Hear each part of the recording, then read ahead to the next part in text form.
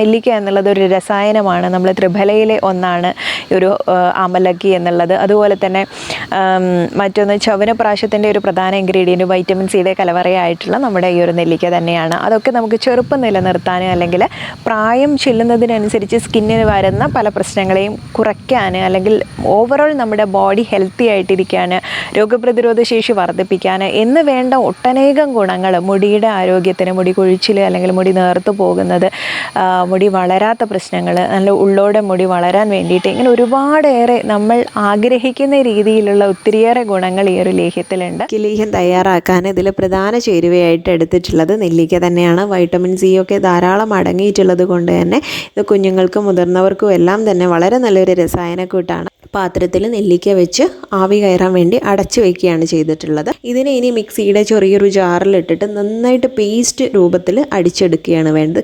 ക്രഷായിട്ട് എടുത്തു കഴിഞ്ഞാൽ അത് കടിക്കാൻ കിട്ടും, ഒരു ലേഹ്യം രൂപത്തിലാവില്ല എന്നുള്ളേ ഉള്ളൂ. ഇനിയിപ്പോൾ ഇതിലേക്ക് ചേർക്കുന്ന നെക്സ്റ്റ് ലേഹ്യത്തിൻ്റെ അവസാന ഭാഗങ്ങളിൽ ചേർക്കാനുള്ളത് പ്രക്ഷേപക ദ്രവ്യങ്ങളാണ്. 1 സ്പൂണ് പെരുംജീരകം, വലിയ ജീരകം, 1/2 സ്പൂണ് നല്ല ജീരകം, കറുവപ്പട്ട, ഗ്രാമ്പൂ, ഏലക്കായ, ശർക്കര, ഇത്രയും കാര്യങ്ങളാണ് ആവശ്യമുള്ളത്. ശർക്കര ഒഴികെ ബാക്കിയുള്ള കാര്യങ്ങൾ നമ്മൾ ചെറുതായിട്ട് ഒന്ന് പാനിലിട്ട് ഫ്രൈ ചെയ്യുക, അല്ലാതെ എണ്ണയിൽ ആക്കാതെ ജസ്റ്റ് ഒന്ന് വേണമെങ്കിൽ ഫ്രൈ ചെയ്തെടുത്തിട്ട് പൊടിച്ചെടുക്കാം. അത് ശർക്കരപ്പാനി ഉണ്ടാക്കാനൊക്കെ എല്ലാവർക്കും അറിയുന്ന കാര്യമാണ്. ഞാനിവിടെ ശരിയായിട്ടുള്ള അളവിൽ ശർക്കര എടുത്തിട്ടില്ല, കുറച്ചാണ് എടുത്തിട്ടുള്ളത്. അപ്പം ശർക്കര പാനി തയ്യാറാക്കുമ്പോൾ നമ്മൾ എത്രയാണോ നെല്ലിക്ക എടുത്തിട്ടുള്ളത് ആ സെയിം എത്ര kg ആണ് എടുത്തിട്ടുള്ളത് അതേ അളവിൽ. അപ്പോൾ 1/2 കിലോ ആണ് എടുത്തിട്ടുള്ള നെല്ലിക്കയെങ്കിൽ 1/2 കിലോ തന്നെ ശർക്കര എടുക്കാം. അതാണ് അതിൻ്റെ ഒരു കണക്ക്. അപ്പോൾ ഈ രീതിയിൽ നല്ല അടികട്ടിയുള്ള ഒരു പാത്രം ചൂടായി കഴിഞ്ഞാൽ അതിലേക്ക് നമുക്ക് ശർക്കരപ്പാനി ഒഴിച്ചു കൊടുക്കാം. ഈ അരിച്ചെടുത്ത ശർക്കരപ്പാനിയാണിത്. അത് ഒഴിച്ചു കൊടുത്തിട്ട് ഒന്ന് തിളയ്ക്കുന്ന സമയത്ത് നമ്മൾ നേരത്തെ മിക്സ് ചെയ്ത് തയ്യാറാക്കി അരച്ച് വെച്ചിട്ടുള്ള ആ ഒരു നെല്ലിക്കയുടെ പേസ്റ്റാണ് ഞാനിതിലേക്ക് ചേർക്കുന്നത്. ഒരു പകുതി വേവ് ആയി കഴിഞ്ഞാൽ ചേർത്ത് കഴിഞ്ഞാൽ, ഇതിപ്പം മുഴുവനായിട്ടുള്ള പാകം എത്തിയിട്ടില്ല, നമ്മുടെ ഈ പാത്രത്തിൽ നിന്നും അത് ഒരു ലേഹ്യം രൂപത്തിൽ ഇങ്ങനെ വിട്ട് വരുന്നൊരു ഫോമിലേക്ക് ഇത് എത്തണം. അതാണ് ശരിക്കുള്ള പാകം.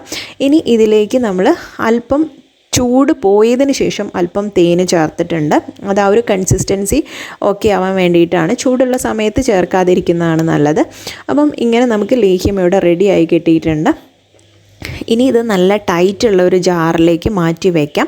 ഈ രീതിയിൽ നമ്മൾ പ്രിസർവേറ്റീവ്സ് ഒന്നും ചേർക്കാത്തതിനാൽ തന്നെ ഇത് പുറമേ സൂക്ഷിച്ച് കഴിഞ്ഞാൽ ഒരു 2-3 ദിവസത്തിനുള്ളിൽ ചീത്തയായി പോകും. അതുകൊണ്ട് ഫ്രിഡ്ജിൽ സൂക്ഷിക്കണം. ദിവസത്തിൽ ഒരു 2 സ്പൂൺ 2 നേരമായിട്ടൊക്കെ തന്നെ നിങ്ങൾക്ക് കഴിക്കാവുന്നതാണ്. അപ്പോൾ നമ്മുടെ ഇന്നത്തെ ലേഹ്യക്കൂട്ട് ഇവിടെ റെഡി ആയിട്ടുണ്ട്.